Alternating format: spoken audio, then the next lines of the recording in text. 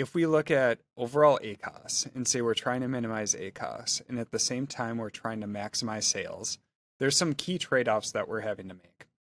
So if we focus just on the sales side, we want to increase our cost per click. So we're winning more of the bids and we're getting more impressions. We also want to expand the keywords that we're targeting.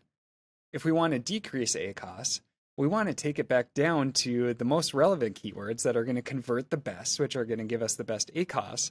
And we also want to decrease cost per click, which also reduces spend over sales, and we get a better ACoS. And so there's some competing objectives here. And so for well-optimized campaigns, it tends to be a trade-off on what you want your ACoS level to be and what threshold of ad sales you want to achieve. That being said, for campaigns that are not well optimized, so there's a lot of opportunity to cut out wasted spend, there's been many times that we've been able to both increase ad sales by quite a bit and decrease ACoS. So we'll just say in the perfectly optimized campaigns, it's always going to be a trade-off, because say we want to really increase ad sales. Our revenue is our major driver, and we're willing to give up some ACoS to do that. Now what we can do is we can expand the keyword targeting mix that we're targeting. We can pay up to get the better placements, and then we can also pay up just on an overall cost per click basis to get shown more. So it's this constant trade-off that we have between the two. The other aspect that I really want to hit too is that conversion rate is so critical for both overall sales and ad sales. So if you look at conversion rate, say I'm selling a product and I convert at 10%. And say I have a competitor that has thousands of reviews and they're really well established and they convert at 20%.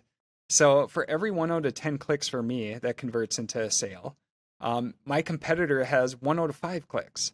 What that means is that they can pay double on a cost per click basis and still get the same ACoS that I'm getting.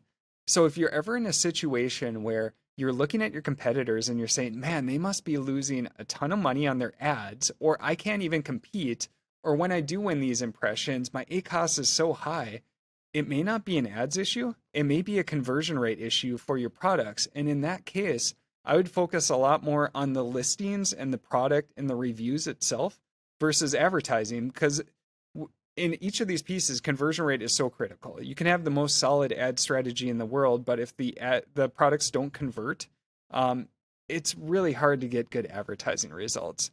So I think it's really good to look at the bigger picture. What's the trade-off between the two? And then what we love to do is test these different levels. So let's look at increasing our ACoS from 20% to 25%. Let's see how ad sales respond. From there, we can do a pure profitability calculation. But at that point, say we even come out in the 25%, but increased ad sales is about the same in terms of profit between 20 and 25%. So I increased my overall sales a lot more. I gave up some margin, but I made it up in volume. At that point, now you can look to what's the other impacts for advertising. So there's definite impacts in terms of ranking when you're driving more sales through ads. There's definite impacts in terms of reviews, which helps conversion rate, which helps spin the flywheel for everything.